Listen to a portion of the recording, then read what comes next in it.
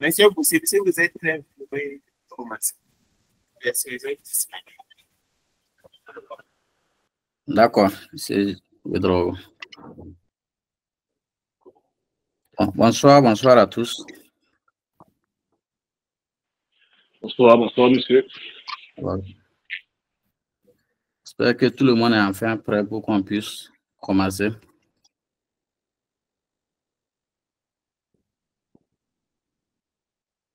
Je suis monsieur Boussim Seydou, assistant comptable et fiscal à Fidali.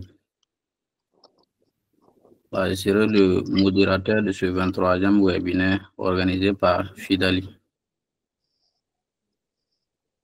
Le formateur serait monsieur Balima Abdul Rachid, qui est assistant comptable et financier également.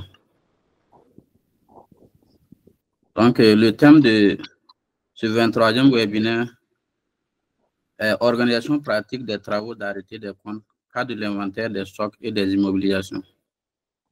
Donc, c'est sur ce thème-là qu'on va s'entretenir ce soir. Encore, je souhaite la bienvenue à tous. Maintenant, je pense que le procédé on va procéder par... On va laisser le présentateur présenter le thème. Ensuite, on va prendre les questions.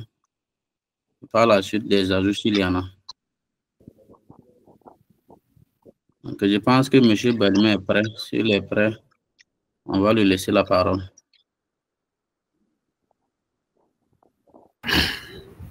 Oui, merci beaucoup, M. Boussim. Et bonsoir à tous et bienvenue à ce webinaire qui est ma deuxième fois d'animer ce webinaire du Café des Alliés. Voilà, donc il faut dire que le thème, bien sûr, ça traite de façon générale de l'organisation pratique des travaux d'arrêté des comptes. Donc, nous sommes bien sûr en période d'arrêté et actuellement, il y a plein de travaux qui sont réalisés. Donc, parmi ces travaux-là, l'on distingue l'inventaire des stocks. Donc, comme je disais, moi, c'est M. Balima Abdul Rachid, formateur et assistant comptable et fiscal. Donc, sans plus tarder, je crois qu'on va passer à la présentation. Donc, je vais partager mon écran. Je ne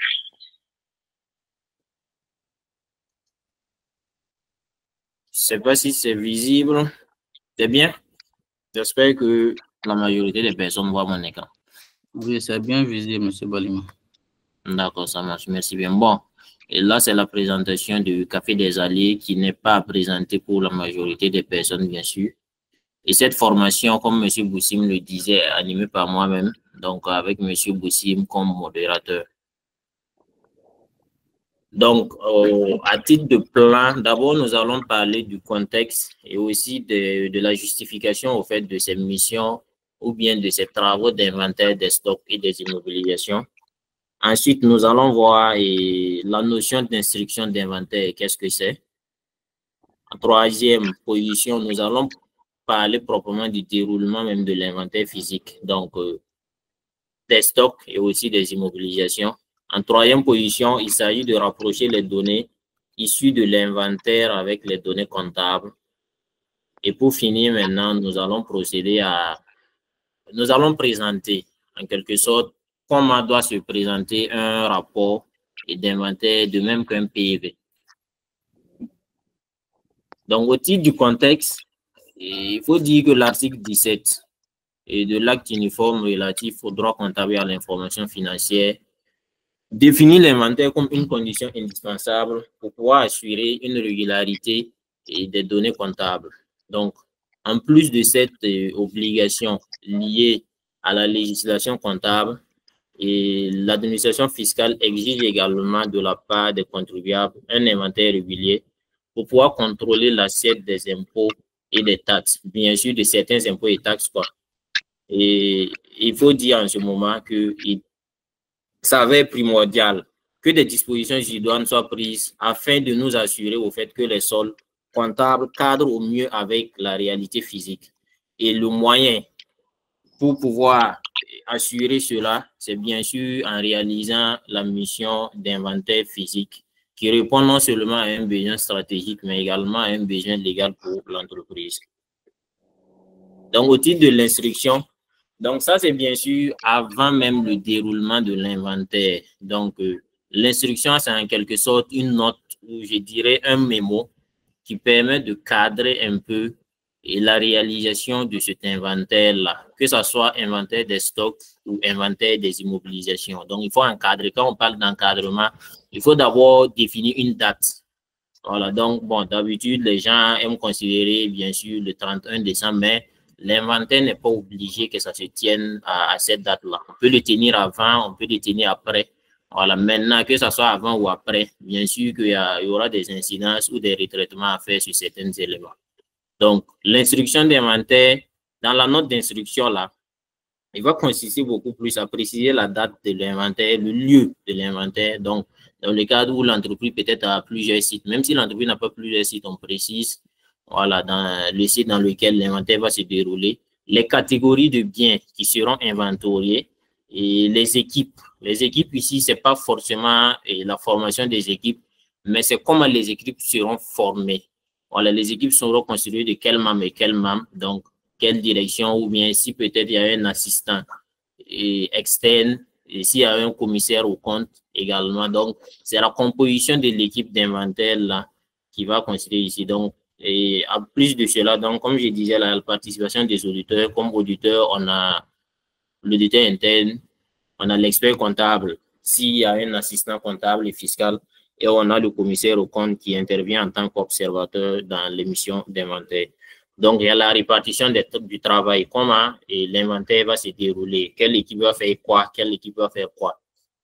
Voilà, donc en plus de ça, il y a les tickets d'inventaire qui sont en quelque sorte des fiches, voilà, qui permettent bien sûr de pouvoir recenser les différentes données à l'issue de l'inventaire. Le rangement préalable, donc il faut situer les responsabilités. Qui doit faire, s'il y a des rangements préalables à faire, et qui doit faire ce rangement-là. Tout ça, l'instruction d'inventaire doit donner tellement d'informations sur ces différents éléments. Donc, en plus de cela, les arrêts de mouvement physique, l'instruction doit statuer sur ces mouvements-là pour ne pas perturber au fait l'inventaire au moment de son déroulement. Voilà, si c'est avant, il n'y a pas de souci. Mais lorsque l'inventaire se déroule, le mouvement physique là peut perturber en quelque sorte les données que l'on pourrait récolter à l'issue de cet inventaire-là. Donc, de faire l'état des biens, bien sûr, ou bien de statuer sur les biens appartenant à des tiers et se trouvant chez l'entreprise, pareillement que des biens appartenant à l'entreprise et se trouvant chez les tiers. Donc, ici, ce n'est pas de citer de façon nominative ces biens-là. Voilà, c'est de donner quelle est la posture à prendre, par exemple, et quelle est la posture que les équipes doivent prendre lorsqu'ils ont ces genres de biens-là en face d'eux, voilà, ou bien lorsqu'ils ont une information relative à ces biens-là. Donc, le déroulement de l'inventaire, bien sûr, qui va relater en quelque sorte comment l'inventaire va se faire, parce que dans certaines circonstances, non seulement en fonction du nombre, souvent on peut opter pour un système de double comptage, voilà, qui est un meilleur système en tout cas que les gens apprécient, parce que ça permet de minimiser au maximum les erreurs de recensement ou de compte. Voilà, donc, mais s'il n'y a pas si le nombre n'est pas assez suffisant, il faut dire que ce double comptage-là n'est pas une obligation. Donc, bien sûr, il y a la prise en compte également des mouvements après comptage. Donc, l'instruction là doit dire exactement pour les biens, les mouvements qui ont été faits après le comptage là, comment on prend en compte ces mouvements-là. Voilà, comment on prend en compte ces mouvements pour ne pas que ça impacte négativement sur les données qui seront recensées. Donc, toujours, et au niveau des instructions, on va parler des opérations préalables. Donc, avant de démarrer l'inventaire, il faudra que l'on s'assure que tous les biens sont codifiés, que les tickets qui portent les codes des différents biens sont collés, bien sûr, sur ces derniers-là, et que les équipes sont constituées et formées. Voilà, donc, la formation, c'est en quelque sorte souvent une mini-formation qui consiste, d'habitude, c'est le premier jour de la formation, et le premier jour plutôt de l'inventaire, on regroupe l'ensemble des équipes qui sont censées réaliser l'inventaire et on les informent au fait sur l'instruction d'inventaire, voilà, sur le déroulement de l'inventaire, comment ça va se faire, qui part où, ainsi de suite, ainsi de suite. Et une équipe est constituée de 2 personnes au minimum. Voilà, on parle d'ici de l'équipe de recensement. Donc, un agent pour compter et un agent rapporteur qui inscrit, voilà, les différentes quantités communiquées par l'agent compteur. Donc, on peut ajouter 3 personnes, on peut ajouter 4, mais il faut dire que souvent le nombre, lorsque le nombre est beaucoup plus élevé, ça peut avoir un impact négatif au fait au niveau de l'inventaire parce que ça va créer souvent puisque lorsqu'il y a plusieurs personnes, souvent les données ou bien peut-être le projet ou autre chose, ça peut influer négativement sur la mission d'inventaire. Donc, 2 au minimum, si on veut 3 avec le CAC, puisque le CAC n'a pas l'obligation d'être présent. Voilà, donc on peut prévoir 3, un agent, 2 agents qui comptent et un agent qui rapporte. Maintenant, ces 2 agents minimum là sont bien sûr appuyés par un superviseur qui est chargé principalement d'encadrer et de superviser ces équipes de comptage là, de centraliser les fiches de comptage et bien sûr de contrôler les résultats, voilà, en présence bien sûr de ces équipes. Et enfin, établir le rapport et le PV d'inventaire. Donc, on va parler du déroulement proprement dit de l'inventaire physique des stocks. Donc, pour parler des stocks, on parle de magasin et quand on parle de magasin, on parle bien sûr de responsable de magasin. Donc, toujours dans le cadre avant le comptage proprement dit, le responsable des magasins est censé faire un certain nombre de travaux tels que regrouper les lots d'un même article en un seul endroit, préparer les tickets de comptage et les fiches de comptage, faciliter l'accès aux différents articles en rangeant les différents lots, mettre à jour les fiches de stock et ce jusqu'à la veille de l'inventaire. En plus de cela, il doit dégager les emballages à rendre, c'est-à-dire si par exemple l'entreprise est dans un secteur où on utilise les emballages consignés, ça veut dire lorsque l'entreprise achète, par exemple, il y a des emballages qui ne lui appartiennent pas que l'entreprise doit retourner. Ces différents types de biens-là, voilà, on doit bien sûr les identifier et ne pas les inventorier parce que ça n'appartient pas à l'entreprise. Mettre les marchandises en consignation, la mention, voilà. Donc puisque là, il y a les marchandises, il y a les emballages également. Et la mention n'est pas inventoriée pour ne pas que l'équipe là compte ça parmi les biens de l'entreprise. Et pour finir, identifier le stock des tiers qui se trouvent dans les aires de stockage. Si par exemple dans le magasin, il y a des biens qui ont déjà fait l'objet par exemple de vente et que la livraison n'est pas encore faite, il faut également écarter ces biens-là et mettre mention pour que l'équipe ne puisse pas compter. Donc en gros, le responsable des magasins doit organiser les magasins bien sûr, avant que l'équipe même de comptage là, ne puisse venir et compter les différents articles. En plus de cela, nous avons le service achat, vente et gestion de stock qui doit fournir un certain nombre d'informations et permettant au fait à l'équipe d'inventaire de faire un certain nombre de traitements lorsque les données seront inventoriées. Donc, d'abord, nous avons les stocks appartenant à la société se trouvant sur les tiers. Donc, les services achats et ventes, voilà, peuvent, beaucoup plus les services achats ici, voilà, nous informer sur les biens qui ont été achetés, mais que les livraisons ne sont pas encore effectives. Et les livraisons, ou bien peut-être les biens qui étaient livrés et qu'on doit retourner, tout ça. Il y a les livraisons dont les factures ne sont pas encore parvenues à la date de l'inventaire, qui rejoint un peu le premier. Et nous avons les factures d'achat dont les livraisons ne sont pas. Bon, ici, ça se répète, mais ça doit être les factures de vente, bien sûr. Voilà. On les vend que l'entreprise a eu à réaliser et que les livraisons ne sont pas encore faites chez le client.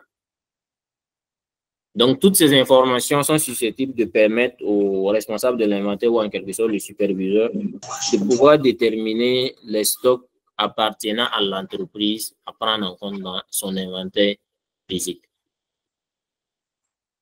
Maintenant, les équipes de comptage, lorsqu'ils auront accès au magasin pour pouvoir compter les différents stocks, ils doivent respecter l'ordre de placement des différents lots et articles, éviter les sauts. Voilà, lorsqu'on commence une rangée, on finit complètement avant de passer à une autre rangée. Donc, il doit procéder au comptage et à l'appréciation de l'état du stock. Bon, l'appréciation, souvent, ça peut porter à confusion. Donc, c'est ça, il dit 2 personnes au minimum. Si possible, on ajoute une personne technique de l'entreprise qui peut un peu les orienter sur certaines spécificités si l'inventaire est beaucoup plus piloté par des équipes externes. Donc, après le comptage et l'appréciation apportée, l'équipe de comptage, là, maintenant, va remplir une partie du ticket, puis le découpe. Donc, il faut dire que c'est un ticket qu'on va afficher au niveau du magasin ou bien du lot de rangement. Maintenant, les désignations et les codes des différents biens figurant dans ce rangement-là sont précisés. Et l'équipe est censée maintenant renseigner les nombres. Par exemple, quand je prends ici Plompe-Noute, voilà, donc on renseigne le nombre, on renseigne l'état. Est-ce qu'il y a des avaries? Est-ce que tout est bon? Et s'il y a un commentaire, bien sûr, ils vont mettre un commentaire. Donc, quand ils vont finir, ils vont déchirer leur partie renseignée là. L'équipe 2 également, dans la mesure où c'est un double comptage, fait cela également. Mais si c'est un comptage unique, il n'y a pas d'équipe 2. Maintenant, au final, l'autre partie qui sont les quantités retenues, c'est après confrontation des données des 2 équipes-là que maintenant le superviseur va renseigner ces différentes données-là qui sont des données retenues. Donc, il faut préciser que les tickets et les fiches de comptage sont remplis au stylo et non en crayon. Bon, pour ne pas que on gomme après et puis on renseigne des informations qui ne sont pas vraies. Voilà, donc, et pareillement également, comme c'est rempli au stylo, on ne doit pas avoir d'altération ni de surcharge ni de grattage. Lorsque sur une fiche, il y a ces altérations ou ces surcharges-là, bien sûr, sous la supervision du responsable de l'inventaire, l'équipe va reporter à nouveau les données qui sont exactes et la fiche qui est détériorée, là, bien sûr, va faire partie du dossier d'inventaire. On ne va pas le détruire. Donc là, si vous regardez en bas, on a précisé les mentions. Donc, et pas les mentions, les états au fait homologués ou bien les états que l'entreprise opte. Voilà, pour qu'on puisse enseigner. Voilà, c'est selon l'entreprise, très bon état, état moyen, mauvais état, ainsi de suite. Voilà, donc c'est à l'équipe maintenant de juger sur l'état des différents stocks qu'elle a eu à recenser. Donc ensuite, l'équipe de comptage doit procéder au comptage des articles emballés et ne pas se fier à la seule inscription sur l'emballage. Donc, s'il y a des emballages, on peut juste ouvrir, voilà, voir ce qu'il y a à l'intérieur et bien sûr compter. Voilà, il ne faut pas se fier. Par exemple, l'emballage peut préciser qu'il y a 4. Voilà, vous regardez ce qui est inscrit sur l'emballage, vous marquez ou non. Ce n'est pas ce qu'on doit faire. Vous devrez voir exactement à l'intérieur là, c'est quel nombre au fait de biens qui sont à l'intérieur. Voilà, mais pas se fier au fait aux informations que l'emballage nous donne. Donc, l'équipe doit faire appel à des techniciens pour identifier certains articles non identifiés. Par exemple, la fiche là, il y a des articles qui sont dans la fiche. Donc, la plupart du temps, ce sont des articles qui sont fournis par le magasinier parce que tout au long de la période, ces données sont suivies, voilà, par le magasinier. Donc, sur la base de ces différents articles-là, que l'on va renseigner les informations. Mais il peut arriver, par exemple, que vous trouvez des articles qui ne figurent pas sur la fiche qui vous a été transmise. Voilà, et que peut-être vous avez du mal même à identifier quel est le nom de ce type d'article-là. Donc là, vous faites recours à des techniciens qui vont vous renseigner sur ça et il y a des fiches vierges sur lesquelles vous allez pouvoir renseigner ces informations. Donc, après avoir fait ça, puisque comme on dit, c'est reporté au BIC, l'équipe va reporter ces données-là sur des supports, bien sûr, électroniques tels que Excel, voilà, ou Word, selon le cas. Voilà. Donc, ils vont rapporter ces différentes données physiques qu'ils ont eu à recenser. Ensuite, ils vont remettre les différentes données informatisées ainsi que les feuilles d'inventaire qui sont à leur possession au superviseur ainsi qu'au magasinier. Bon, le magasinier, c'est à titre d'information. Voilà, on va lui donner, si lui, il a des observations, souvent on peut recenser. Comme lui aussi, il suit, il peut avoir des observations. Voilà, s'il émet ces observations-là et si c'est nécessaire, on va répartir ensemble pour pouvoir faire un comptage et s'assurer sur le nombre ou bien s'entendre sur le nombre que l'inventaire a révélé. Donc, lorsque les différentes données recensées sont remises au superviseur, celui-ci va procéder à un centrage, une centralisation plutôt, voilà, des données des deux équipes. Voilà, et ces deux équipes-là seront présentes également pour que lorsqu'il y a des il aura besoin d'informations ou besoin de trucs complémentaires qu'ils puissent lui donner et sur les données qu'eux ils ont fournies au superviseur. Donc, le superviseur, bien sûr, doit tenir compte des biens qui appartiennent à l'entreprise et se trouvant chez les tiers. Donc, si vous vous rappelez, on parlait des services d'achat et des services de vente qui doivent fournir un certain nombre d'informations. Voilà, ces informations-là, bien sûr, doivent être prises en compte dans la centralisation des données. Et lorsqu'il y a une différence, comme je disais, lorsqu'il y a une différence entre les données qui ont été recensées par les deux équipes, le superviseur va ordonner un troisième comptage que lui-même serait présent. Voilà, on recompte et puis on s'assure sur le nombre exact. Donc, le superviseur est censé également assurer la sauvegarde des feuilles de comptage. Donc, comme on dit, et lorsque l'inventaire finit, il y a tout un dossier qui doit être constitué. Et dans ce dossier-là, les feuilles de comptage également doivent faire partie. Et c'est au superviseur de pouvoir assurer cette sauvegarde-là. Il fait appel à des techniciens, voilà, pour valoriser. Parce qu'il y a ce qu'on a recensé maintenant, la valorisation. Et dans l'entreprise, il peut y avoir plusieurs techniques au fait de valorisation. Il peut y avoir CEBUP ou PEPS. Voilà, c'est à l'entreprise maintenant de donner quelle est leur méthode de valorisation des stocks. Si possible, de donner le coût unitaire. Et sur la base de ça maintenant, le superviseur va procéder à la valorisation des stocks qui ont été inventoriés.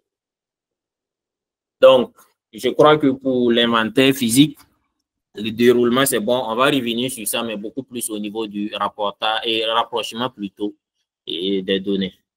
Donc, pour parler de l'inventaire physique des IMO, bon, en gros, il n'y a pas une grande différence. Et d'abord, le superviseur, quand il s'agit d'inventaire des immobilisations, le superviseur doit préparer les données comptables extraites. Donc, le fichier ou balance des immobilisations, c'est-à-dire le fichier des immobilisations ou bien la balance des immobilisations. Donc, lorsqu'on prend le fichier, normalement, on doit avoir une codification des différentes immobilisations et le libellé de ces immobilisations-là. Ensuite, on doit avoir la date d'acquisition de ces immobilisations. On doit avoir la valeur d'acquisition. Voilà, maintenant, on va mettre des colonnes. Là, on va mettre les états pour que l'équipe d'inventaire va prendre ces différentes fiches-là et partir au niveau des bureaux et mettre, si par exemple ils retrouvent le bien, ils l'ont retrouvé, voilà, dans quel état, ils vont mettre l'état. S'il y a un commentaire, bien sûr, ils vont mettre le commentaire.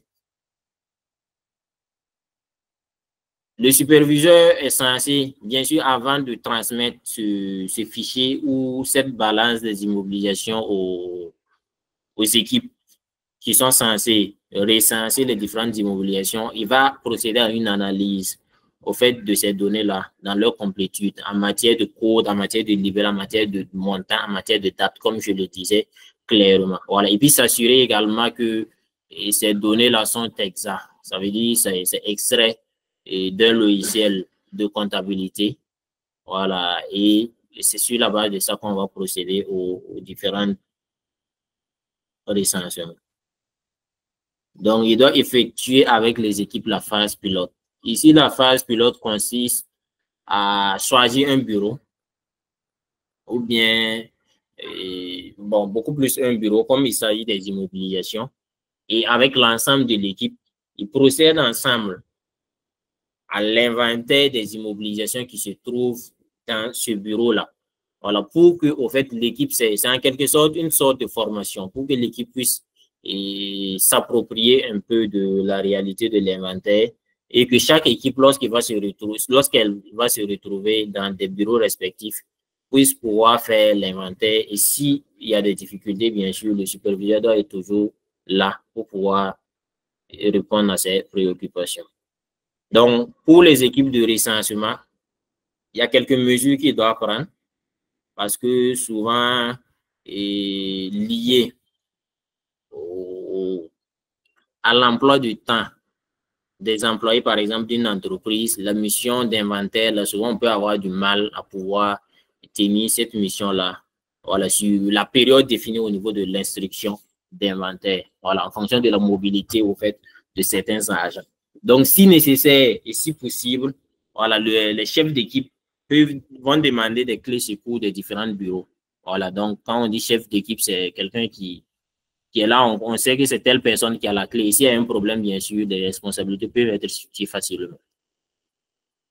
Donc, ils doivent se procurer, bien sûr, du matériel nécessaire, s'assurer que les membres de leur équipe ont, en tout cas, ce qui est nécessaire pour pouvoir réaliser la mission. Si ce sont des cadres qui nécessitent des masques, tout ça, voilà, mais a priori, en tout cas, en matière de stylo, cahier, bloc-notes, tout ça, et les fiches également d'inventaire, là, il doit s'assurer que son équipe, bien sûr, a ces différents matériels. Donc, pour finir, ils vont procéder au recensement et renseigner les fiches imprimées. Donc, lorsque le superviseur va leur remettre les fiches là, voilà, ils vont renseigner les informations, voilà, sur la base de ce qu'ils vont trouver dans les bureaux en termes d'immobilisation. Bon, ça peut ne pas être dans les bureaux seulement, hein, puisque ça dépend de l'organisation de l'entreprise. On peut voir des immobilisations dans l'enceinte même de l'entreprise, tout ça. Mais bien sûr, on privilégie les bureaux d'abord. Et après ça, maintenant, on va inventorier d'autres éléments. Donc, pour les biens qui ne figurent pas dans la fiche imprimée, c'est comme au niveau des stocks là. Et Excusez-moi, monsieur Kalimaki, j'ai appris votre partage. Votre écran n'est plus priorité. Si vous pouvez répéter le partage. OK, merci bien.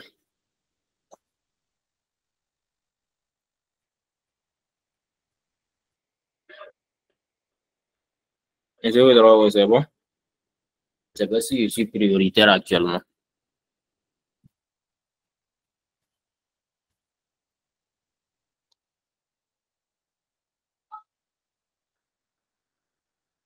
OK, donc, on va continuer.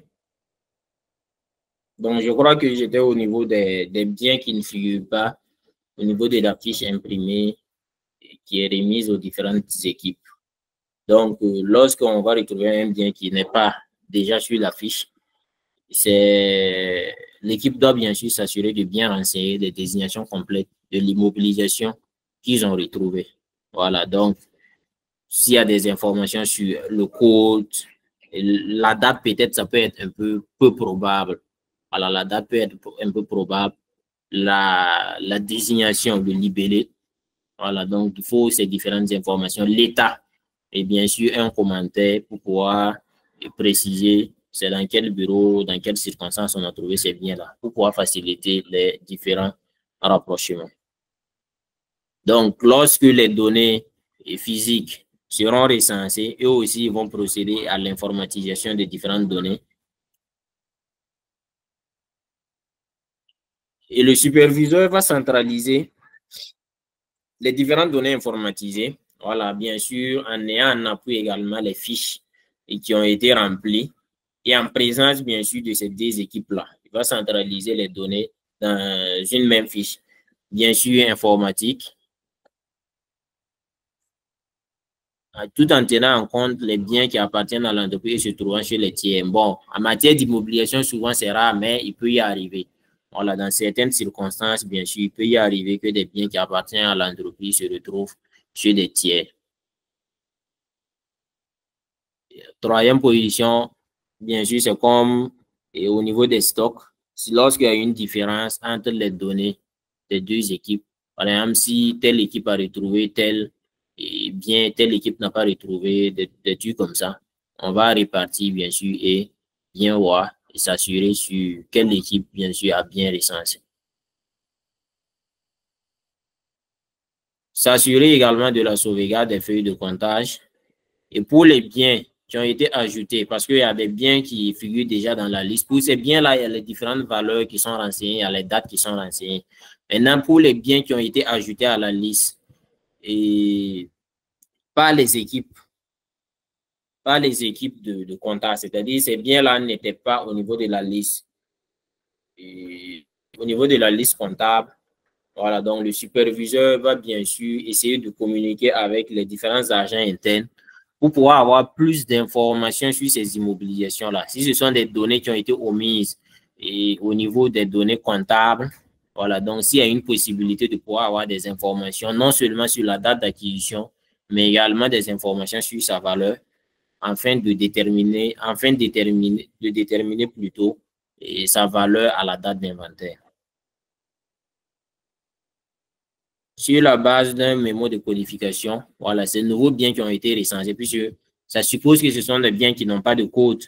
Voilà, donc il y a ce qu'on appelle un mémo de codification. Le mémo de codification, c'est en quelque sorte une petite note que l'entreprise, en tout cas une entreprise normalement doit avoir, qui permet d'encadrer les différents codes que l'on affecte aux immobilisations. Voilà, donc en fonction de ce mémo de codification-là, le bien qui a été recensé, on va récolter toutes les informations qui portent sur ce bien à même de pouvoir codifier le dit bien.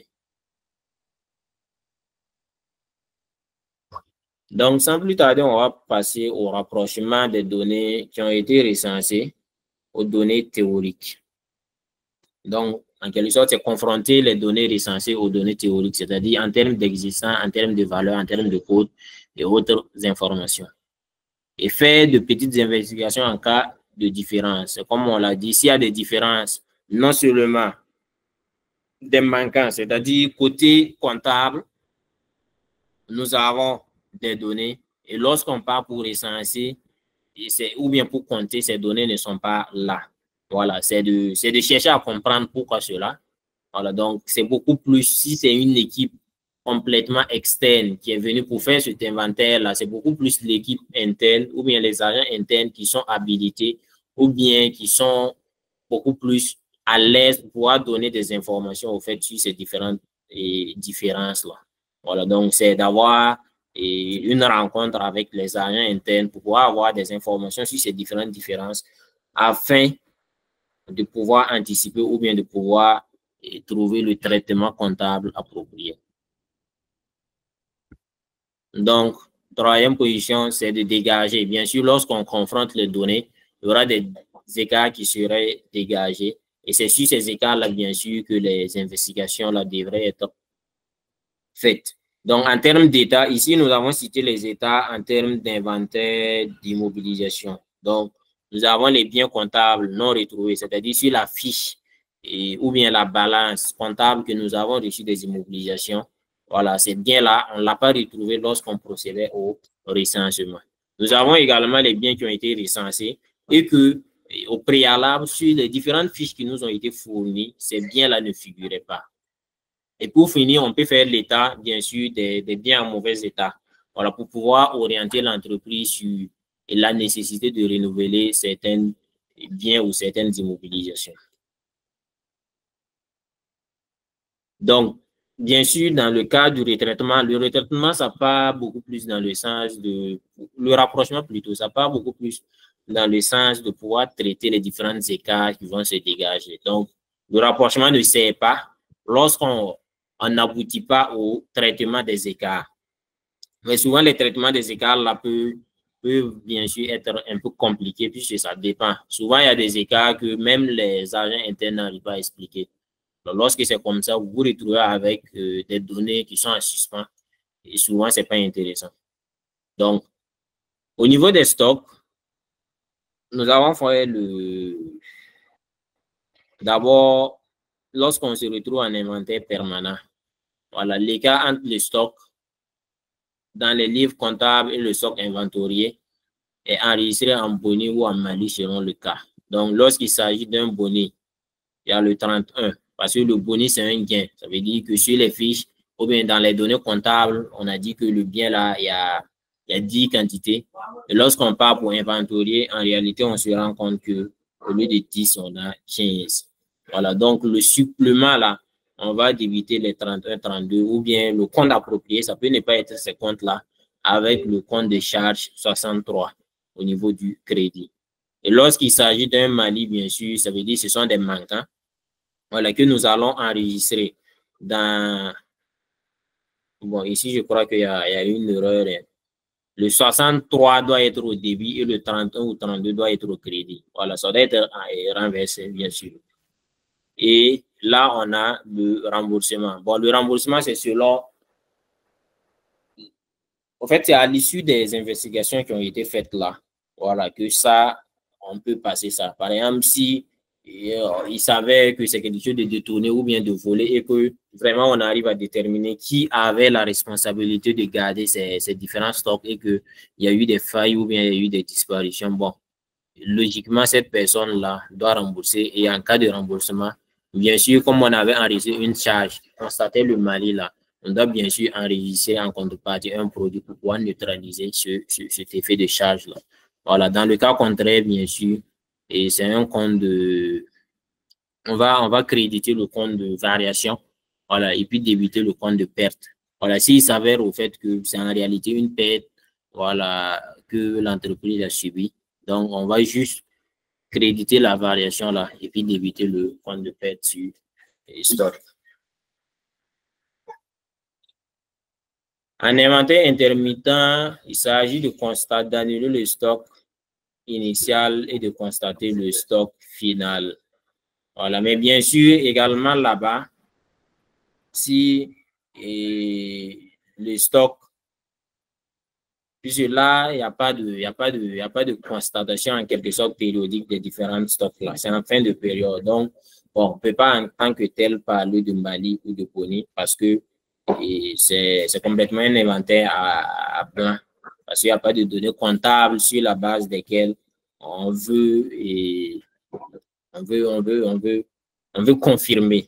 Voilà. Donc, si on fait un inventaire physique, on valorise, on annule juste le stock initial et puis on passe le stock final qui est la situation réelle du stock.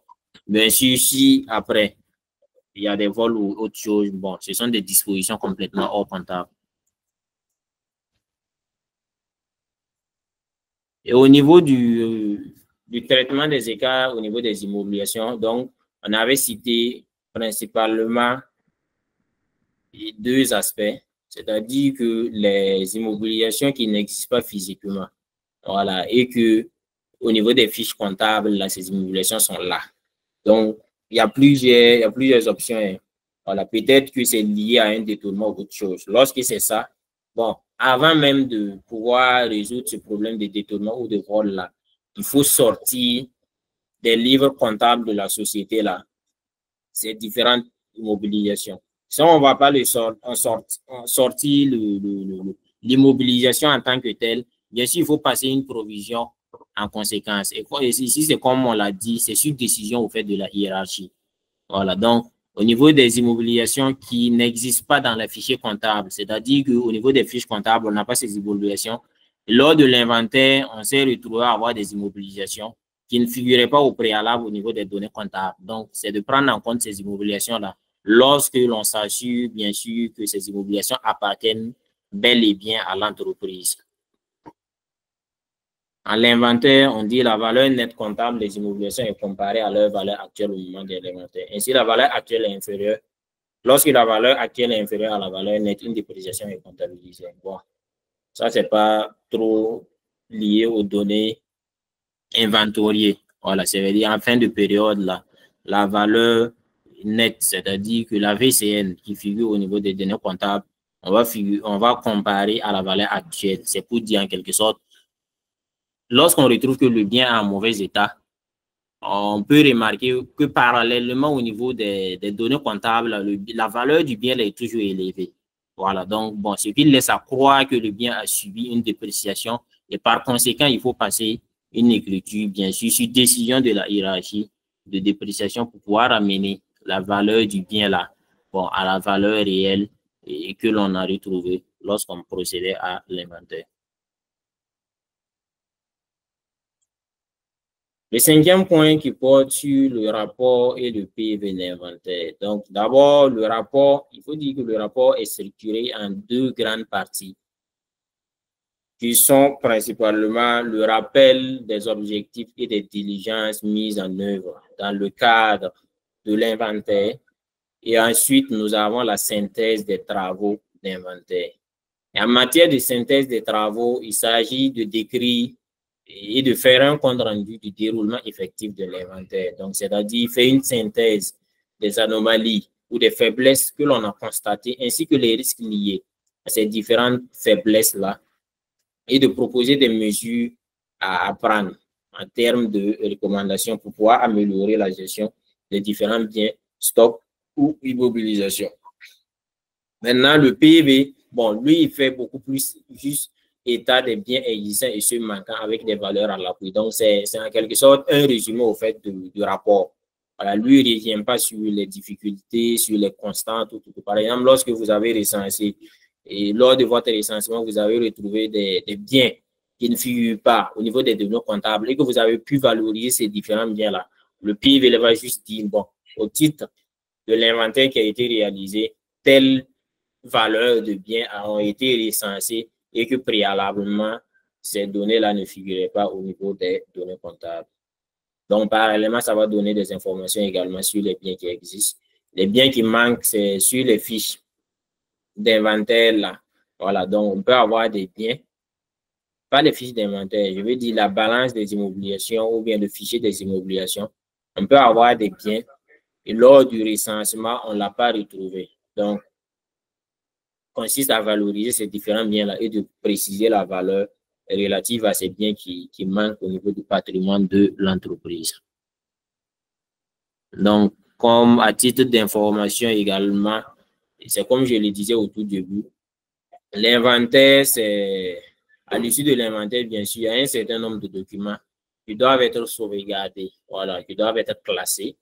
Et il s'agit de la note de procédure ou en quelque sorte l'instruction d'inventaire. Il y a la feuille de comptage, bon, les différentes feuilles de comptage, il y a la liste des participants et leurs fonctions qui faisaient quoi au niveau de l'inventaire, la liste des biens obsolètes, comme je le disais, les biens qui sont en très mauvais état ou bien en mauvais état.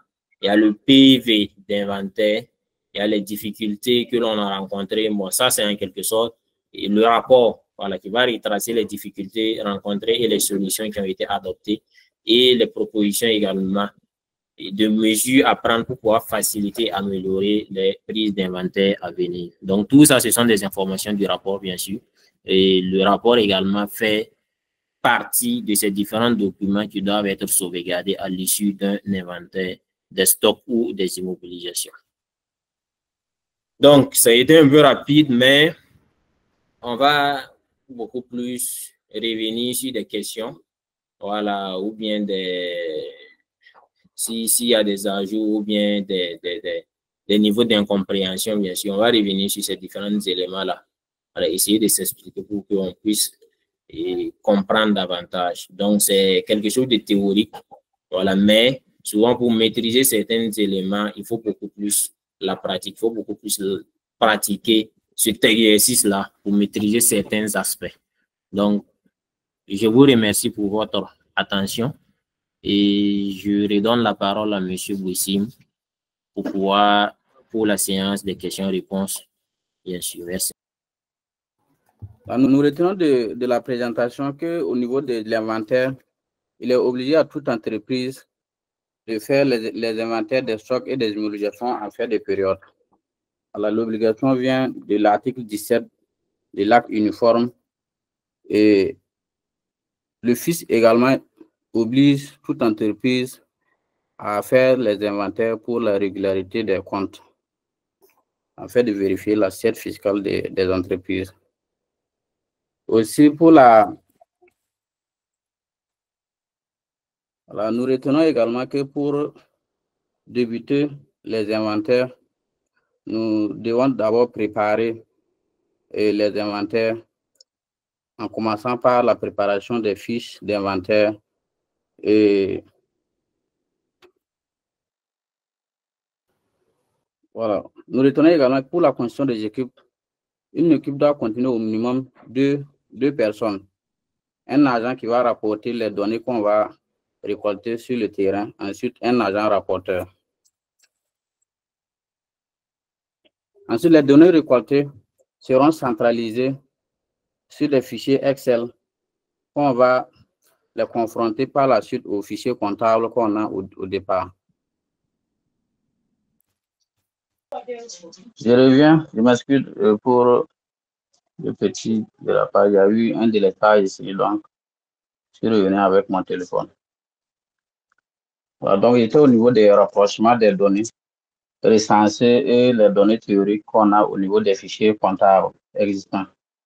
Voilà, ce rapprochement-là va se faire à travers les codes qui se trouvaient déjà sur les biens. Ensuite,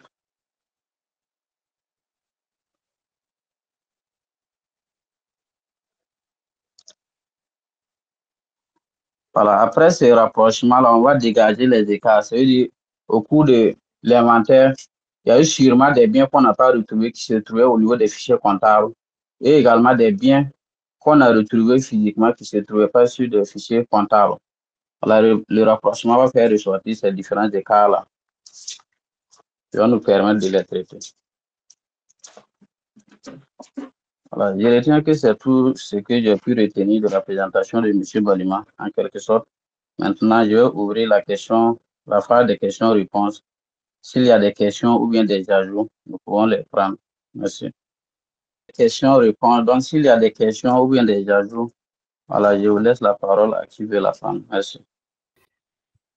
Nous sommes toujours à la phase des questions-réponses. Donc, on vous écoute pour les ajouts et les questions.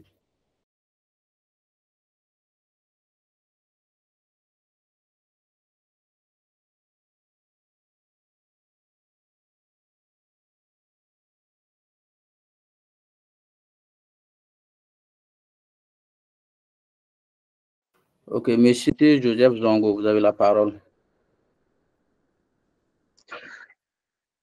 Bonsoir. Le cabinet Oui, Fidali. bonsoir. J'espère que vous allez bien. Oui, ça va bien, merci. Bien, merci. Bonne année à vous. Et bonne année à M. Balima et merci pour sa meilleure présentation.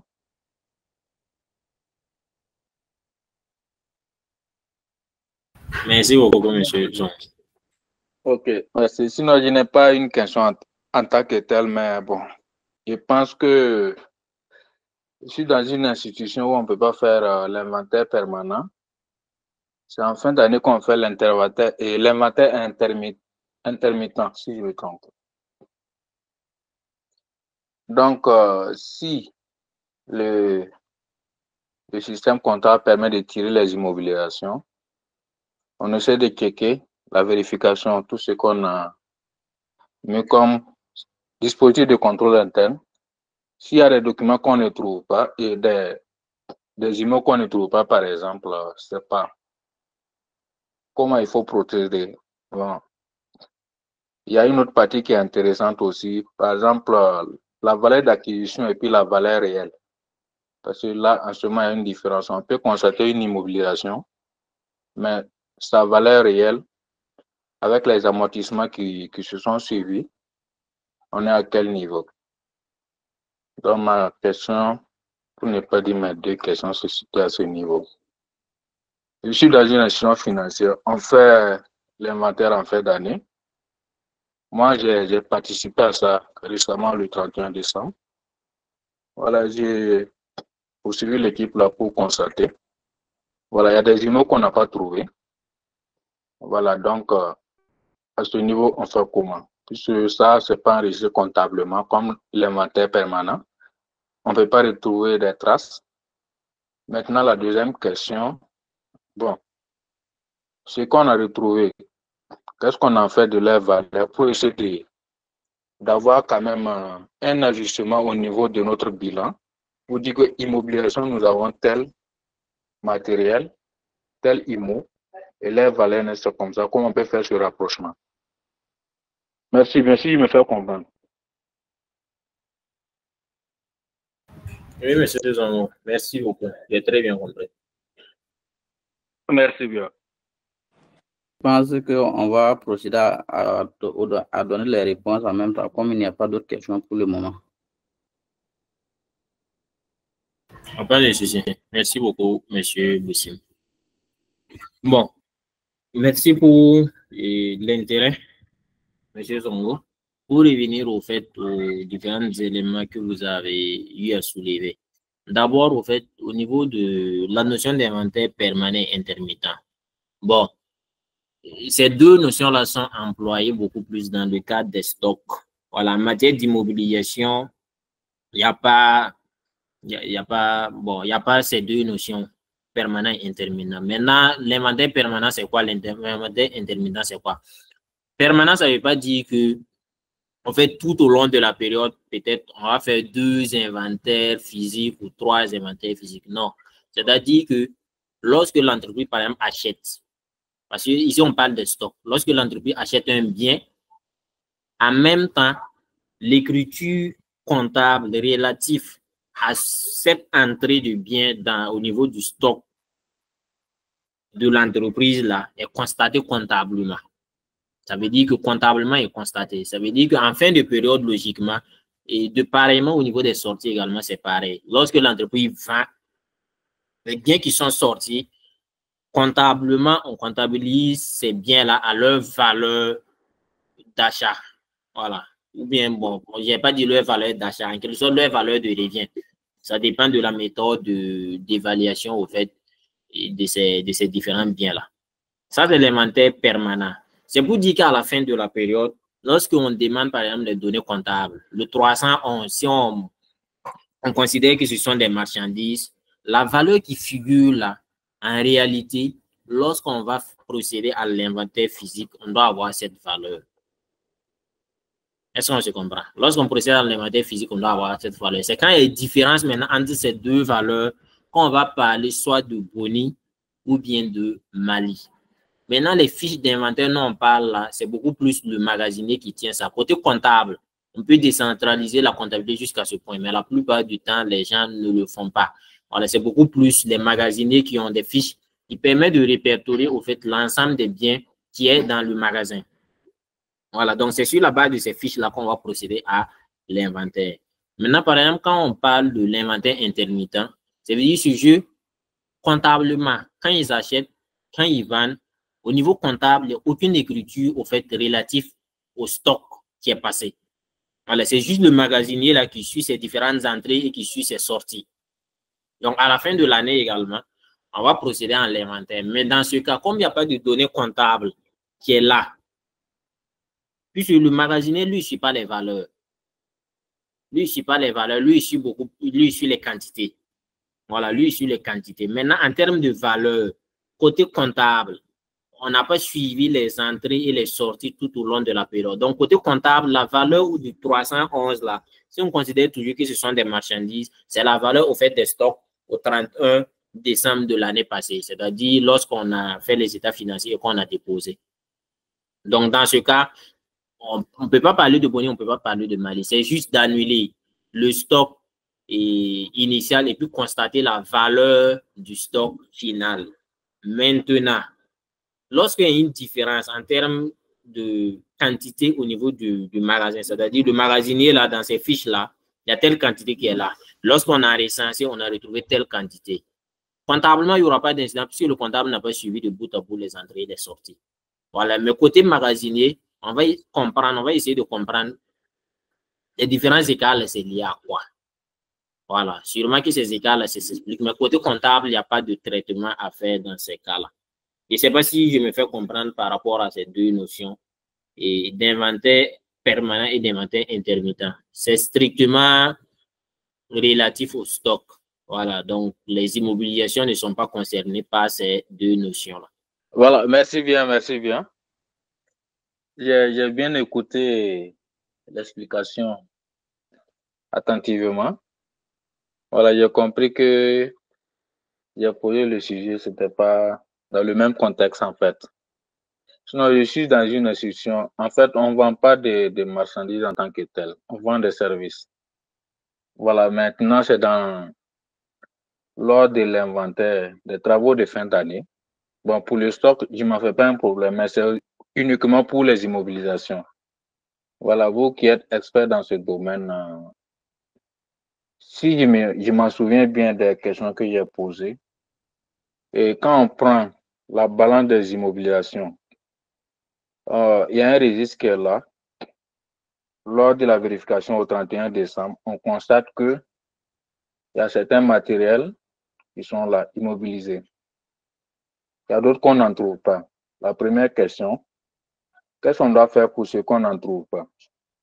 La deuxième question, qu'est-ce que moi qui ai suivi pour dire que j'ai vu ce matériel, une immobilisation que j'ai vue, comment je peux remonter l'information comme ça pour trouver sa valeur exacte? Pour que, quand ils vont finir de traiter mes états financiers, venir déposer devant moi, si je remonte à la balance des immobilisations pour que je puisse quand même faire une concordance du matériel qu'on a trouvé puis leur valeur nette. Merci bien. Ok, merci beaucoup, M. Zongo. Bon, au fait, j'avais fait les questions là par palier. Sinon, j'avais noté ces deux préoccupations-là. C'est parce que vous avez parlé d'inventaire permanent et intermittent que je suis revenu sur ça. Maintenant, les deux questions qui s'ajoutent, à savoir, lorsque, au moment de l'inventaire des immobilisations, on constate des immobilisations qui figurent au niveau des données comptables, mais on ne l'a pas retrouvé. Voilà, lorsqu'on inventorie. D'abord, c'est comme j'ai dit, c'est beaucoup plus. Nous, par exemple, si c'est un agent externe qui vient en appui de cette mission et d'inventaire-là, l'agent externe ne peut pas à lui seul déterminer au fait le traitement relatif à ces genres de différences. C'est après, bien sûr, concertation avec les agents internes qui sont censés nous renseigner sur ces immobilisations qu'on ne retrouve pas. Voilà. Par exemple, je prends un cas. Et puis, parce que souvent, comptablement, on peut être dans des entreprises, par exemple, des biens sortent. Peut-être parce que c'est détérioré. On a fait sortir. Maintenant, l'information n'est pas remontée au niveau de la comptabilité. Donc, le comptable n'a pas information même que le bien n'existe plus dans l'entreprise. Donc, le comptable n'a pas passé l'écriture relative à la sortie de ce bien-là. Lorsque les agents internes nous confirment qu'en réalité, c'est un bien peut-être qui était détérioré ou bien un bien qu'on l'a fait sortir parce que c'était encombrant ou bien détérioré ou bien on l'a transféré vers une autre entreprise ou donné en quelque sorte. Là, nous, on est sûr que le bien ne fait plus partie du patrimoine de l'entreprise. Et dans ce cas, le traitement comptable consiste tout simplement à passer l'écriture de sortie. Si le bien au niveau de l'entreprise, l'écriture de sortie, bon, pour le comptable, en tout cas, c'est d'abord annuler la valeur brute, c'est-à-dire la classe 2. Voilà, pas 2,8. Voilà, la valeur brute et constater le 812 au niveau du débit. Ça veut dire on va créditer le 22 là, constater le 812. Et parallèlement, on va annuler les amortissements qui étaient constatés au fait sur ces biens. Voilà, donc on va débiter le 28 et puis créditer le 812. Comme c'est une sortie sans argent, ça veut dire qu'on ne l'a pas vendu, on ne l'a pas cédé, il n'y a pas de produit de cession qui sera constaté. Ce sont principalement les deux constatations à faire. Voilà. Ça, c'est pour les biens non retrouvés. Ça, c'est pour le cas, par exemple, le bien est sorti. Mais souvent, le bien peut ne pas... Bien sûr, l'argent, là, peut ne pas se rappeler, au fait, le bien, là, c'est où. Quand ça est en suspens comme ça, c'est un peu compliqué. C'est souvent faire l'état et de concert avec, bien sûr, le premier responsable. C'est à lui maintenant de dire, bon, ça, là, on va faire comme ça. Voilà, en fonction de ce qu'il a dit qu'on va faire maintenant, qu'on va produire. Puisque le bien, physiquement, il n'est pas là. Voilà, physiquement, il n'est pas là. Donc, si on le garde dans les états financiers en quelque sorte, c'est comme si, bon, l'image que l'on a reflétée du patrimoine de l'entreprise n'est pas exacte. Et si on vient pour constater, ou bien si on vient par exemple pour retirer les biens de l'entreprise, on va se rendre compte qu'en réalité, ça ne vaut pas la valeur qui a été communiquée. Ça, c'est pour le premier point. Maintenant, le deuxième point, ce sont les biens qui ne figurent pas au niveau des données comptables. Et lorsque vous partez pour recenser, vous avez retrouvé ces biens-là. C'est un peu la même chose, juste en sens inversé. C'est-à-dire que des biens ont été acquis, ou bien des biens ont été affectés à l'entreprise, mais comptablement, l'écriture n'est pas passée. Ça peut être un oubli côté comptable, ça peut être un problème de remontée d'informations.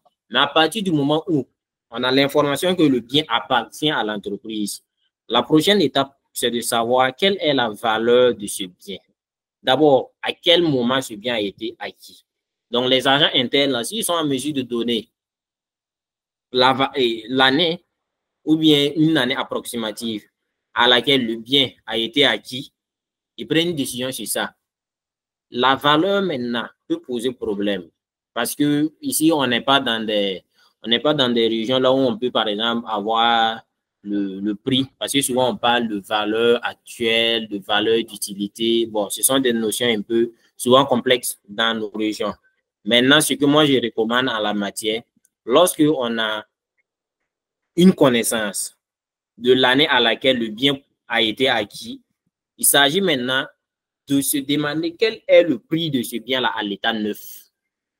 À combien sur le marché? Bon, ça, c'est beaucoup plus facile de l'avoir. À partir du moment où on a la désignation du bien, on peut avoir le prix à l'état neuf. Bon, sans tenir compte, bien sûr, de l'inflation, tout ça. Voilà, parce qu'avec les inflations, souvent, bon, le prix actuellement n'est pas le prix au moment où on l'achetait. Mais on considère le prix quand même actuel d'acquisition. Et sur la base de ça, si on a dit que le bien a été acquis en 2020 et que nous, on est en 2024, j'ai retrouvé le montant d'acquisition du bien à l'état neuf. Il me suffit tout simplement de calculer les différents amortissements de 2020 à 2024 et de passer cette écriture-là d'amortissement. Et à partir du moment où je passe cette écriture d'amortissement de 68 contre le 28, parallèlement également, je vais faire entrer le bien dans le patrimoine de l'entreprise en comptabilisant le 2 contre la classe.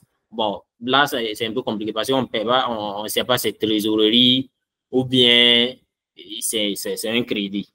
Voilà. Donc, si à la facture, si ça a été réglé, on passe contre la trésorerie, bien sûr.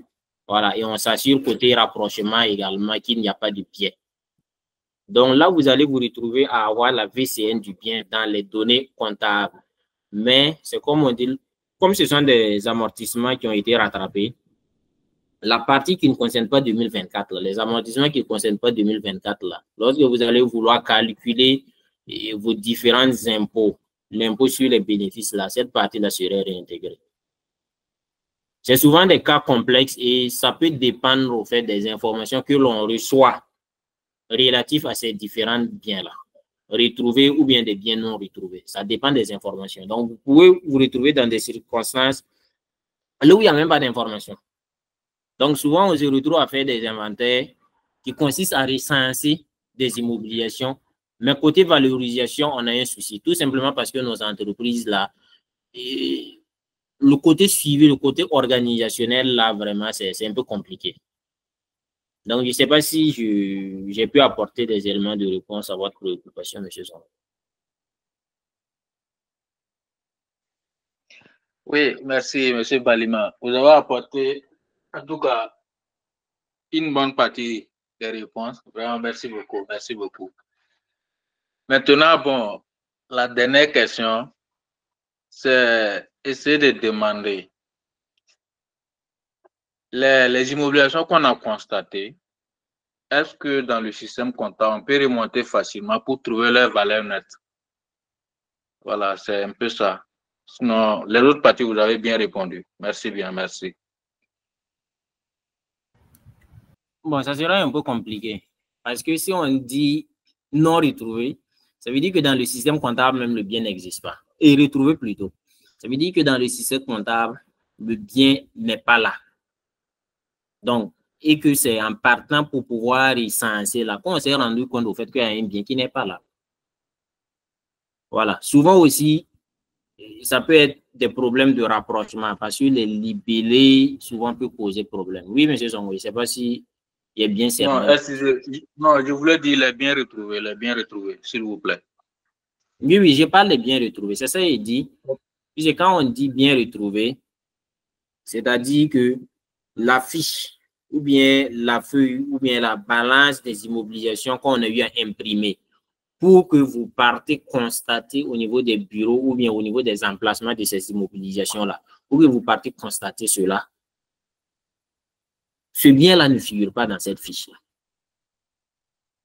Mais lorsque vous êtes allé, vous avez vu le bien et on vous rassure que le bien appartient à l'entreprise. Donc, dans les logiciels ou bien les données comptables, on ne peut pas retrouver, puisque le fichier même que l'on tient pour pouvoir recenser là, vient des fichiers comptables, vient des informations comptables. Donc, il n'y a pas de moyen de pouvoir identifier la valeur d'un bien qui a été retrouvé et que préalablement, ce bien-là ne figurait pas dans les données comptables. Maintenant, ce que je disais, la difficulté souvent également, c'est au niveau du rapprochement. Parce que le problème, un autre problème de nos entreprises, c'est que les immobilisations ne sont pas codifiées. Et lorsque ce n'est pas codifié, c'est très, très compliqué. Parce qu'on dit table. Bon, vous arrivez, vous trouvez 10 tables. C'est quelle table qui est là? C'est quelle table qui n'est pas là? C'est quelle table qui s'ajoute? On ne peut pas dire c'est telle table. Puisqu'il n'y a pas de code qui est sur la table, il n'y a pas de code qui est sur vos fiches. Donc, quand c'est comme ça, bon, souvent, on pointe seulement, on dit table ici, table ici, table ici. Bon, ce qui reste là, on considère qu'on ne l'a pas retrouvé. Donc, vous voyez que ça passe sur quelque chose de hasard ou bien quelque chose de tâtonnement. Alors qu'en réalité, ça ne doit pas être comme ça. Alors, en réalité, ça ne doit pas être comme ça. Lorsque les choses sont bien faites, lorsque les immobilisations sont bien codifiées, logiquement, à l'issue d'un inventaire, on ne peut pas dire qu'on ne va pas rencontrer des difficultés, mais ça sera très, très limité. On aura toujours des solutions à ces difficultés-là. D'accord, merci bien pour ces précisions. Maintenant, une question qui ne me venait pas en tête. Bon, si le temps me permet, parce que depuis là, on dirait que c'est moi qui dérange le réseau. Non, il n'y a pas de quoi. Bon, peut-être M. Boussine peut intervenir par rapport au temps. D'accord, d'accord. Donc, je reste à l'écoute. Vous pouvez aller, il n'y a pas de souci. D'accord. D'accord, merci bien, M. Bousset. Et une dernière préoccupation, en concernant les matériels qu'on doit mettre au rebut. Genre, on a acheté un matériel, une immobilisation, précisément, voilà, qui doit s'amortir sur 5 ans. Et nous sommes à la 7e année. Voilà, on voit que comptablement, c'est déjà amorti. Est-ce qu'en faisant l'inventaire, là, bon, chez nous, là, c'est bien codé, hein, tout le matériel est bien codé. J'ai posé la question expressément pour essayer de voir est-ce qu'on peut remonter à la valeur nette. Voilà, les matériels qu'on devrait remettre au rebut, qui n'ont plus de valeur en fait, mais qu'on garde ça dans nos immobilisations. Bon, parce que quand on suit comme ça pour constater que le matériel, ça existe, mais comptablement, ça n'a plus de valeur. Est-ce qu'il n'y a pas un effet négatif, voilà, sur le patrimoine de l'entreprise? Parce que, bon, quand nous, on passe pour constater, on n'a pas une information qui nous donne que ce qu'on a vu là, ça fait 1000 francs par exemple, et on ne peut pas se rassurer qu'ils ont comptabilisé ça à 100 000 francs. On se doute quand même de la valeur patrimoniale de l'entreprise, en fait, quoi. C'est mon inquiétude qui est là. Merci bien. Ok, merci beaucoup. Bon, si c'est codifié, c'est comme je le disais là, c'est beaucoup plus rechercher le prix de l'immobilisation à l'état neuf. Et si on a une idée de la date d'acquisition, on recalcule les amortissements et du coup, on va déduire la VCN, la valeur comptable nette. Maintenant, pour cette nouvelle question, d'abord, un bien qui est amorti totalement côté comptable, bon, à partir du moment où le bien est toujours utile à l'entreprise, pour moi, il n'y a pas de problème. Voilà, ça ne cause absolument aucun problème au fait à la régularité ou bien à la sincérité des données comptables qui a été communiquées. Voilà, parce que c'est vrai que ça vient à la valeur nulle, mais à partir du moment où c'est toujours utile, il n'y a pas de problème. Maintenant, à l'issue de l'inventaire, si vous constatez que le bien est, genre l'état n'est plus tellement ça et qu'on doit renouveler, là, vous faites un état de ça. Vous pouvez faire un état également des biens qui sont totalement amortis. Et c'est à l'entreprise de décider s'ils vont évacuer pour renouveler ou bien s'ils vont garder ces biens-là.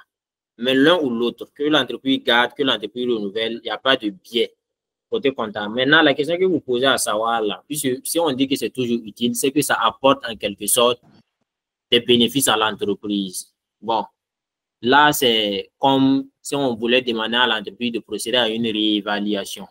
Maintenant, quand on parle de réévaluation, on ne peut pas décider, légalement en tout cas au Burkina, on ne peut pas décider de réévaluer les biens, par exemple, et les valeurs de tels biens. Quand on décide de réévaluer, on réévalue tout le patrimoine de l'entreprise.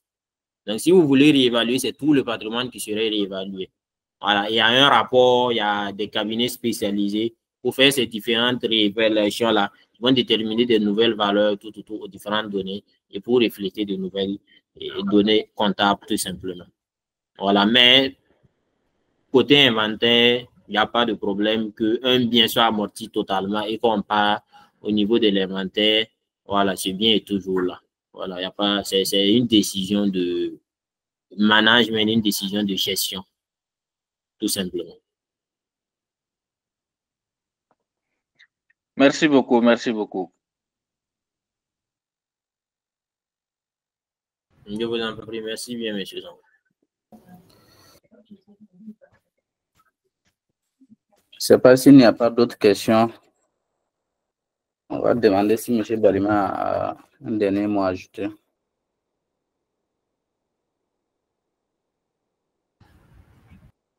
Il n'y a pas un mot.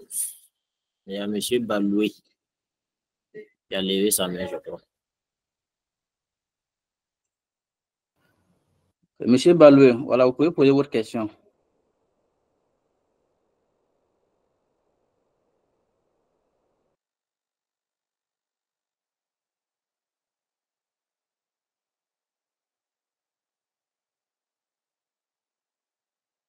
Monsieur Baloué, vous pouvez poser votre question.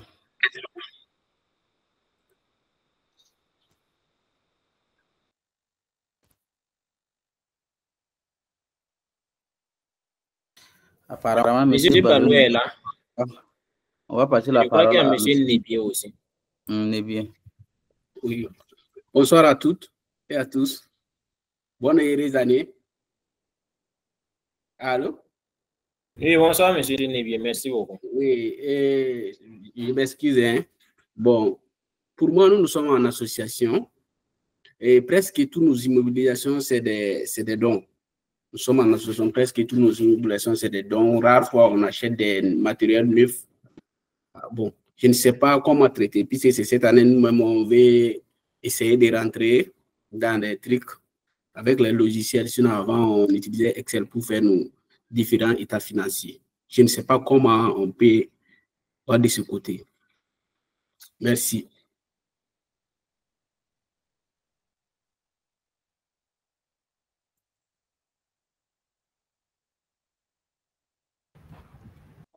Ok, bon, c'est vrai qu'au niveau des... Merci beaucoup, M. Nébié, pour la question. Au niveau des associations, ONG, tout, bon, eu égard du nouveau acte uniforme, il y a certaines dispositions que ces entités-là doivent prendre en compte. Donc, bien sûr, c'est différents biens qui ont été donnés. Bon, ça dépend du traitement que vous avez opté au préalable. Est-ce que des valeurs étaient données? Est-ce que des valeurs n'étaient pas données? Mais, du moins, parce que comme c'est quelque chose de vraiment un peu technique et que c'est nouveau, voilà, il y a bien sûr des cabinets spécialisés qui peuvent vous accompagner et dans ce basculement-là d'un ancien système vers un nouveau système. Bien sûr, nous avons Alliance Fiduciaire qui peut le faire. Voilà, donc, en termes de réponse spécifique liée à ce cas-là, ça serait un peu compliqué. Voilà, parce que ça va dépendre de plusieurs paramètres. Ça va dépendre de plusieurs paramètres. Donc, ce que moi, en tout cas, je vous conseille, c'est beaucoup plus prendre attache avec un cabinet. Voilà, comme je le disais, Alliance Fiduciaire. Et en fonction de ça, voilà, ils vont vous conseiller, ils vont vous accompagner pour ce basculement-là. Parce que c'est la première année qui va constituer un problème. À partir du moment où le basculement est fait, bon, logiquement, ça devrait aller beaucoup plus facilement. D'accord, merci vraiment. Merci de votre conseil. Merci beaucoup. Pas de quoi, M. Nebiri. Merci. S'il n'y a pas d'autres questions, on va passer la parole à M. Ouedraogo Justin.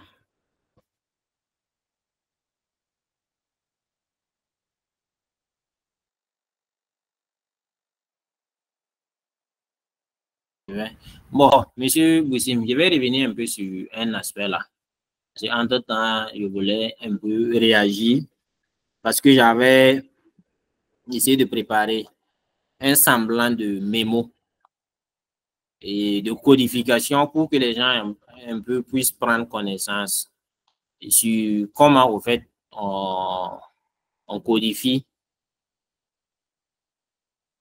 les différentes immobilisations. Donc, si dans votre entreprise, les IMO ne sont pas codifiés, c'est pas trop tard. Voilà, il suffit seulement de mieux s'organiser, de faire un mémo qui va permettre de faciliter les codifications. Vous procédez à une codification de tous les biens. Vous recensez pour une fois, en tout cas, vous pourriez vous faire un bon inventaire pour une fois. Et les années à venir, logiquement, ça va être beaucoup plus facile pour pouvoir réaliser les inventaires. Sinon, vous allez vous retrouver avec des inventaires là où vous recensez des biens, mais côté valorisation, c'est un problème. Alors que l'objectif d'un inventaire, c'est primordialement, c'est beaucoup plus la valorisation. Parce que rien ne sert d'inventorier quelque chose qu'on ne peut pas valoriser. Parce que quand on parle de la comptabilité, on parle de données chiffrées. Voilà. Donc, si vous n'avez pas à valoriser ce que vous avez retrouvé lors de votre inventaire, du coup, vous allez comparer comment avec les données chiffrées pour pouvoir refléter l'image ou bien le patrimoine réel de votre entreprise. Ça sera compliqué. Voilà, on va dire qu'on a fait un inventaire. En réalité, on n'a pas fait d'inventaire puisqu'il n'y a pas eu de rapprochement, il n'y a pas eu de réajustement au fait des données comptables. Tout simplement parce que on s'est confronté à certaines difficultés au niveau de l'inventaire, voilà, qui est beaucoup plus lié à des problèmes d'organisation.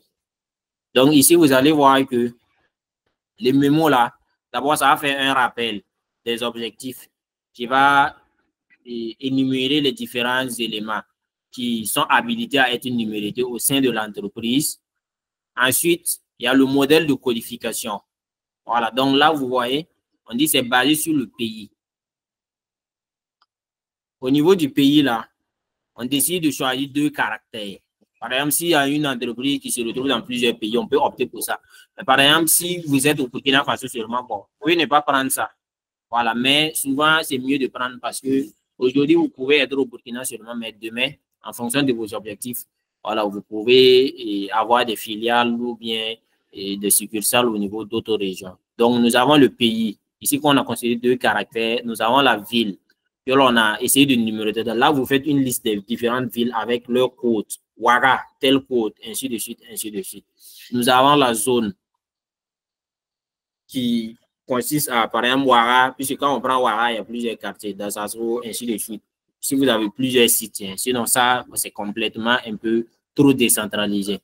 Le site, c'est beaucoup plus direction générale. Par exemple, s'il y a d'autres sites, voilà, secrétariat permanent, ainsi de suite. Maintenant, les bureaux, on dit 4 caractères numériques pour le bureau. Par exemple, l'exemple ici, c'est le bureau du directeur. Là, vous allez citer tous les bureaux. Vous allez donner les codes de chaque bureau. Le code comptable, là, c'est le numéro de compte, les 3 premiers chiffres du numéro de compte, selon qu'il s'agit d'un mobilier de bureau, d'un matériel de transport, ainsi de suite. Le type de bien, fauteuil, là où également, vous allez essayer de faire une liste un peu nominative au fait de certains biens. Et cette liste-là, bien sûr, peut être revue à tout moment. Voilà, ce n'est pas quelque chose de figé. C'est quelque chose qu'on peut revoir à tout moment et qu'on peut ajouter de nouveaux codes plutôt. Nous avons l'année d'acquisition qui est précisée au niveau du code et on considère 2 caractères numériques. Par exemple, pour 2019, on considère 19 pour mettre dans le code. Le nombre d'ordre dans l'année d'acquisition, ça veut dire au cours de l'exercice là, est-ce le premier fauteuil qu'on a eu à acquérir? Là, on prend 3 caractères numériques, c'est-à-dire 001. Si c'est le deuxième, 002, ainsi de suite, ainsi de suite. Bon, il y a des logiciels qui peuvent automatiser ces différents éléments. Si vous avez des moyens, vous acquérez ces genres de logiciels. À défaut, vous faites l'effort quand même de pouvoir déterminer une typologie de codification et à chaque acquisition, vous vous assurez bien sûr que dans la chaîne d'intégration de l'immobilisation, là, le code là serait porté sur cette immobilisation. On dit par exemple, premier fauteuil rembourré acquis par la direction régionale au site de Dassazo situé au Burkina Faso. Donc, BF1 qui détermine Ouagadougou, Ouaga 0, Ouaga 1, DGE 02 ou dit bureau du directeur général 01 244 fauteuil 19001. C'est en gros ça le mémo de codification. Donc, vous voyez en bas au fait qu'il y a les détails qui est donné, pays, ville, ainsi de suite. Bureau, les sites, ainsi de suite, les salles, tout ça. Donc, et chaque élément, on a un code qu'on donne. Donc, pour finir, c'est un peu ça que j'avais à présenter. C'est vrai que c'était un peu précipité, mais lorsque vous voulez, bien sûr, faire ça, voilà, c'est pas quelque chose de si compliqué. C'est à vous de voir selon votre secteur, selon la typologie de vos biens, comment vous pouvez prendre pour pouvoir codifier ces différentes immobilisations-là afin de faciliter les inventaires à venir. Merci beaucoup. Merci beaucoup à M. Patrick Balima pour sa brillante présentation. Je remercie également M. Samoué. D'accord, donc nous allons nous donner rendez-vous à la semaine prochaine également encore une autre séance de présentation. Parce que le formateur sera pas là. Donc, je vous prie de laisser connecter. Peut-être nous allons partager les informations dès ou bien demain dans les groupes de semaine. Merci, bonne soirée à toutes et à tous.